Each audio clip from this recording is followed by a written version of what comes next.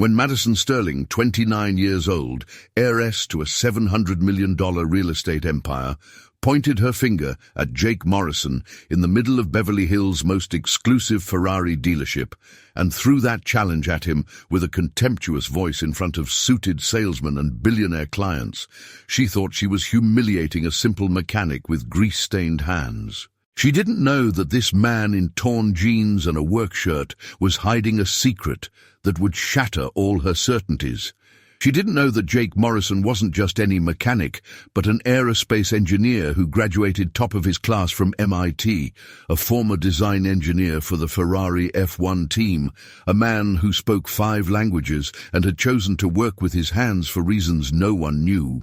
And when he took that technical manual in Japanese from her manicured hands and began translating it perfectly, word for word, with devastating calm, while she grew paler and paler, no one present could have imagined that this absurd challenge would be just the beginning of a story that would teach everyone that arrogance always has a price, and that the most unexpected love is born precisely when you think you have control of everything. If you're ready for this story, right where you're watching this video from. The Ferrari dealership on Rodeo Drive in Beverly Hills gleamed under halogen lights like a temple dedicated to speed and luxury. The polished red cars were arranged like works of art in a gallery, every curve designed to take your breath away, every detail engineered to remind visitors that not everyone could afford to enter this world.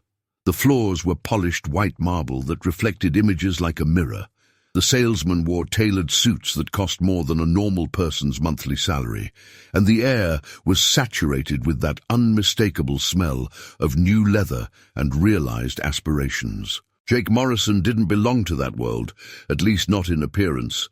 He was 32 years old, with dark hair, always slightly messy, blue eyes that seemed to see beyond surfaces, and a body marked by years of physical labor.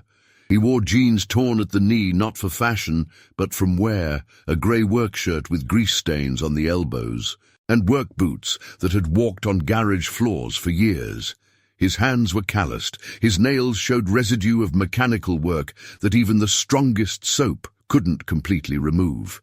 He was there to pick up a Ferrari 812 Superfast that he'd repaired in his small garage in Hawthorne, a working-class area on the outskirts of Los Angeles, where dreams cost much less than in Beverly Hills. The car's owner, a tech entrepreneur, had asked him to do a job that even official Ferrari technicians couldn't solve, a complex electronic issue in the engine management system causing unexplained power losses. Jake had spent 3 weeks on the project, working until late at night in his cold warehouse, studying electrical schematics under a desk lamp, testing components with equipment he'd built himself. When he finally solved the problem, the owner was so impressed that he insisted Jake personally deliver the car to the dealership for final inspection. It was while waiting for the technical manager to check his work that Madison Sterling entered the showroom like a hurricane dressed in Chanel. She was impossible not to notice. Tall, with perfectly straight blonde hair falling over her shoulders like a silk waterfall. Green eyes accentuated by makeup that looked natural but probably required an hour of work. She wore a beige pantsuit that followed every curve of her body with tailoring precision, red Louboutin heels that clicked on the marble with authority, and around her neck a diamond necklace probably worth as much as a house. On her wrist swung a black Hermes bag that cost more than Jake earned in 6 months. She was accompanied by 2 men in dark suits who looked like bodyguards, and a younger woman with a tablet taking notes on her every word. The entire dealership snapped to attention when she entered. Salesmen straightened up. Smiles became brighter. Attention multiplied. Clearly this wasn't her first visit, and clearly her bank account spoke louder than any introduction. Jake watched her with detachment as she examined a red Ferrari Portofino M with the same expression someone might look at a pair of shoes in a store window. There was something in her posture that screamed privilege habit. That confidence that comes only from those who never had to worry about the price of anything, from those who always had doors opening before even knocking. The lead salesman, a middle-aged man with slicked-back hair and a professional smile, illustrated the vehicle's features in an almost reverent tone, emphasizing the V8 engine's power, the elegance of the leather interiors, the cutting-edge technology. Madison listened halfway, nodding occasionally, as if everything she heard was obvious and vaguely boring. It was when the salesman mentioned a technical problem that had been reported with that particular model that Madison raised her hand to interrupt him. She wanted to see the technical manual, she said. She wanted to understand exactly what the problem was before committing $280,000 to a car that might have defects. The salesman hesitated, explaining that the technical manual was only available in Japanese for that specific version, since the electronic components were produced by a company in Osaka. There was a version translated into English, he added, but it was incomplete and didn't cover all technical specifications. Madison huffed impatiently, asking if they didn't have anyone who could read Japanese. The salesman shrugged, explaining they usually sent technical questions directly to Japan and waited for translated responses, a process that could take days or weeks. It was at that moment Madison's gaze fell on Jake. He was leaning against the reception counter, arms crossed, waiting. Clearly, he didn't belong in that environment. The contrast between him and everyone else present was stark. Him in his dirty work clothes, them in their elegant suits, him with hands marked by manual labor, them with manicured hands that had never touched anything heavier than a fountain pen. Her gaze stopped on him with a mixture of curiosity and contempt, the way you might look at something out of place in a controlled environment. Then, without any warning, she crossed the showroom toward him with those heels that resonated like hammer blows on the marble. She stopped less than 3 feet from him, her height increased by heels, bringing her almost to his level, and studied him from head to toe with an expression that left no doubt about what she thought. Her expensive perfume mixed jarringly with the garage smell Jake carried. Then she spoke, and every word was charged with that type of condescension that only those born rich managed to master perfectly. She asked if he was a mechanic, and when Jake simply nodded without lowering his gaze, she laughed. A crystalline sound, but devoid of warmth. She said he probably spent his days changing oil and replacing brake pads, simple jobs for simple minds. She said people like him didn't really understand the cars they repaired. They just followed instructions like trained monkeys. She said he probably hadn't even finished high school, right? Jake didn't respond. He kept his gaze fixed on her with an expression that revealed nothing.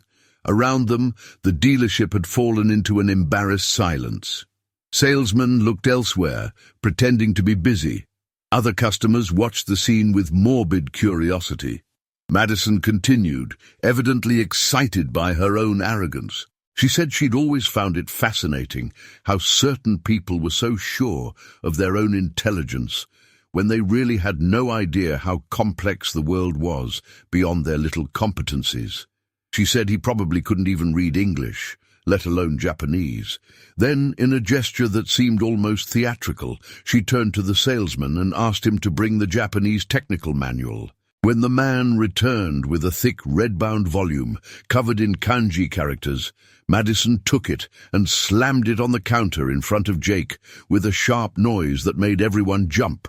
The words she spoke next would resonate in the dealership for years, becoming an urban legend among those working in the LA automotive sector.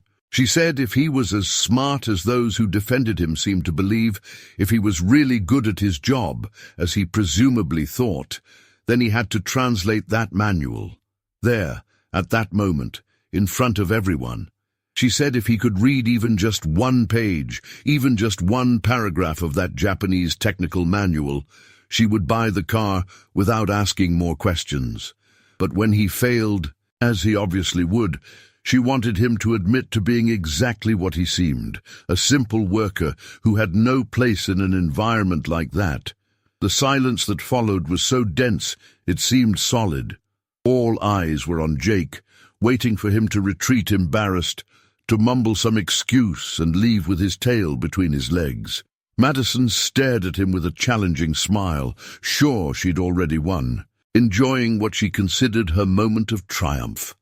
Jake looked at the manual, then he looked at her, and for the first time since she'd entered the dealership, he spoke. His voice was calm, emotionless, but there was something beneath the surface that made Madison hesitate for a second. He said only 3 words before opening the manual. "All right, ma'am," and he began to read. Jake opened the manual to the first technical page and began. His voice was clear, methodical, as he read the Japanese characters as if reading his morning newspaper. He translated the section on engine electronic management system specifications, explaining each technical term with surgical precision. Madison's face went from confidence to confusion, then to pure shock. She tried to interrupt him, but he continued, turning page after page. He described the variable cooling system, transmission component tolerances, ECU diagnostic protocols. Every word was perfect. Every technical explanation demonstrated an understanding that went far beyond simple linguistic translation. After 10 uninterrupted minutes, Jake closed the manual and pushed it toward her. Everyone's gazes in the dealership had shifted from him to her, waiting for a reaction. The lead salesman's mouth was slightly open. One of Madison's bodyguards looked impressed. The assistant with the tablet had stopped taking notes, but Madison Sterling wasn't a woman who easily admitted defeat. Instead of apologizing, she raised her chin with wounded pride and declared he'd probably memorized some phrases, that it was a trick, that this didn't prove anything about his real value as a person. This story hit you, didn't it? Tap that little like, and don't forget to subscribe to the channel. All right, let's keep going. It was the dealership director who intervened. A distinguished 60-year-old man who had observed the scene from his glass-walled office had come down quickly. He approached Jake with an expression mixed with curiosity and recognition. He asked if by chance he was that Jake Morrison. Jake nodded briefly, clearly uncomfortable with the attention. The director turned to Madison and explained with a respectful but firm tone who the man she'd just humiliated really was. Jake Morrison, aerospace engineer, graduated from MIT with highest honors, specialized in fluid dynamics and propulsion systems, former member of the Ferrari F1 development team, where he'd worked on aerodynamic design and engine optimization for 3 consecutive seasons. The director continued. Jake had left Ferrari 5 years earlier for personal reasons and opened a small, independent garage. But his reputation in the sector was legendary. When there was a problem no one else could solve, he was who they called. He spoke 5 languages fluently, had published articles in international engineering journals, and had registered patents on engine cooling systems. Madison had turned as white as the marble beneath her feet. Her assistant looked at her with concern. The Japanese manual was still on the counter between them, silent witness to her arrogance. Jake said nothing. He simply took the keys to the Ferrari he'd repaired from the hands of the technician who had appeared during the scene, nodded politely to the director, and headed for the exit. Madison watched him leave, her world of certainties crumbling page after page like that damned manual she should never have challenged him to read. In the following weeks, Madison couldn't forget the scene. The story had spread through LA's exclusive circles, the rich heiress who challenged a genius and lost badly. But what tormented her wasn't social embarrassment. It was the way Jake had looked at her, not with anger, but with pity, as if she was the one to feel sorry for. For the first time in her life, Madison began to question who she really was. In those blue eyes, she'd seen something her wealth couldn't buy. Respect earned through merit. She researched Jake Morrison. She discovered academic articles, patents, testimonials, describing him as a humble genius. She discovered why he'd left Ferrari. His mother had gotten cancer, and he'd chosen to care for her personally, giving up his international career. His mother had died 2 years before, and he'd chosen not to return to the corporate world. She found herself driving past his garage in Hawthorne, taking her Porsche through streets never traveled, working-class neighborhoods, small family businesses, kids playing in the street. The garage was a modest warehouse with the sign, Morrison Motors. The first time she didn't enter. The second time she stopped for 10 minutes, watching him work completely absorbed. The third time, 3 weeks after the incident, she set aside her pride and crossed the threshold. Jake looked up when Madison's shadow blocked the doorway light. His hands were deep in a Lamborghini engine, his face concentrated. For a long moment they looked at each other in silence, the noise of tools in the garage filling the space between them. Madison had prepared a speech, carefully chosen words to apologize without seeming too weak. But when she opened her mouth, those words seemed empty. Instead, she simply said she'd been wrong, that she'd been terrible, that she was ashamed of how she'd behaved. Jake set down the wrench and wiped his hands on a rag. He didn't say, "I forgive you," or "don't worry." He just said he appreciated her coming, that it took courage. Then he offered her coffee from his old machine in the corner of the garage. They sat on 2 beat-up stools, drinking coffee in mismatched cups, and for the first time Madison had a real conversation with someone. Not the superficial small talk that filled her gala dinners, but a conversation about what gave life meaning, what made us feel alive. Jake spoke about the beauty of understanding how things worked, that feeling when you solved a problem that seemed impossible. He spoke about his mother, how caring for her taught him that success wasn't measured in salaries or titles, but in moments that made you feel human. Madison found herself talking about things she'd never told anyone.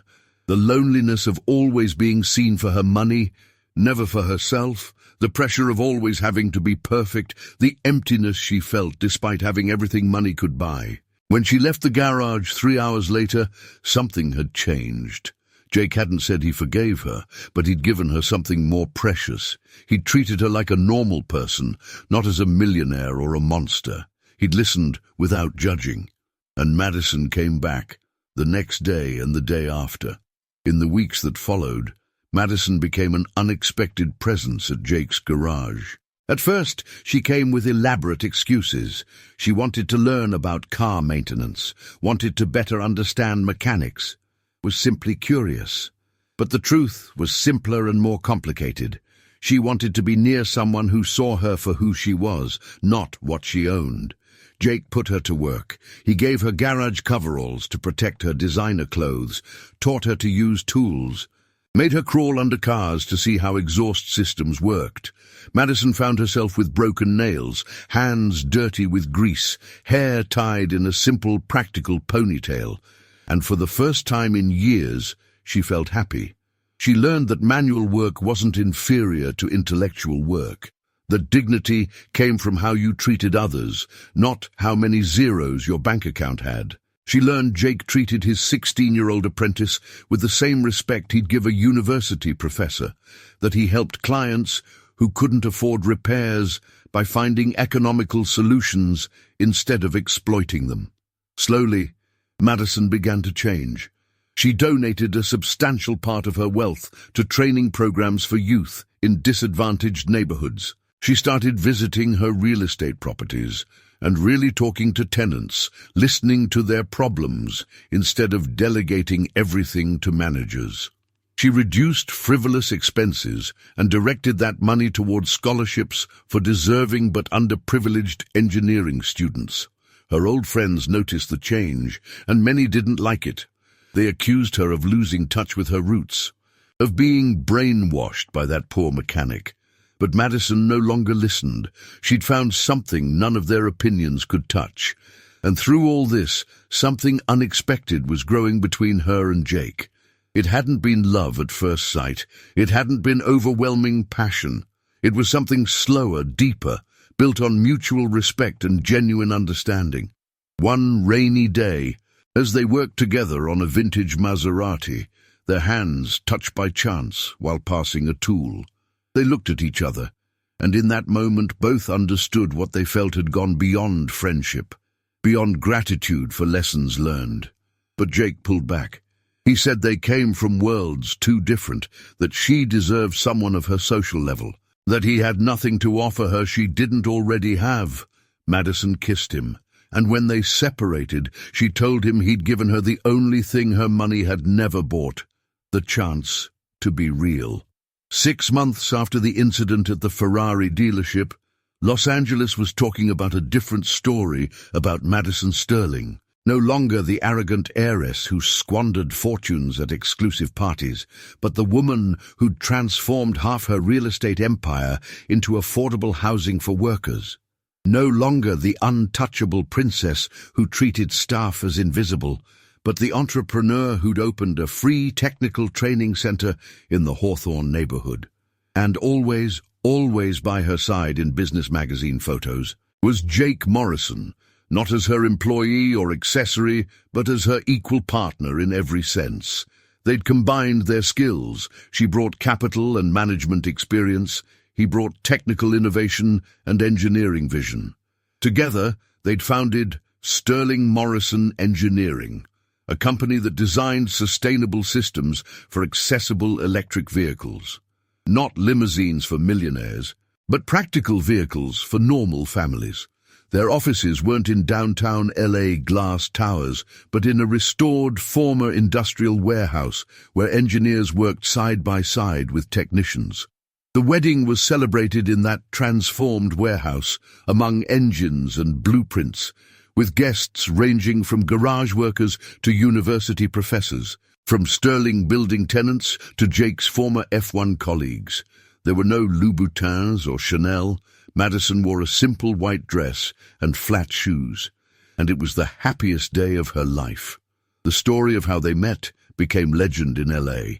Madison often told it when speaking at schools, using her experience to teach young people that a person's value never lies in what they own, but in how they treat those they believe have less power. A year after the wedding, they had a daughter they named Emma, and Jake taught her to change oil before teaching her to drive, while Madison taught her that true wealth was having the courage to admit when you're wrong, and the wisdom to learn from those you thought inferior. The Japanese technical manual, framed and hanging in their shared office, remained as a reminder of a moment of arrogance transformed into a turning point. Below it, a plaque with words Jake had told Madison that first day in the garage: "Respect is earned, not inherited." And every time Madison looked at that plaque, she thought about how lucky she'd been, not for being born rich, but for meeting someone who taught her that real luck was becoming a better person. Because in the end, the most beautiful story wasn't about the millionaire who humiliated the mechanic, but about the woman who had the courage to let herself be humbled, learn, transform, and about the man who gave her not his cheap forgiveness, but the chance to earn it through actions, not words. What started as Madison's worst humiliation had become her greatest gift. And LA no longer talked about the dealership incident with derision, but with respect for two people who'd proven that the deepest love is born when arrogance meets humility and decides to learn instead of defend itself. If this story made you believe that change is possible when we find someone who challenges us to be better, leave a heart below to let me know. And if you really want to support stories like this that talk about personal growth, humility, and transformative love, you can leave a small thanks from the heart through the Super Thanks feature below. Every gesture counts, just like Madison's courage to admit her mistakes, because you chose to stay until the end, and that makes you as special as the protagonists of this story.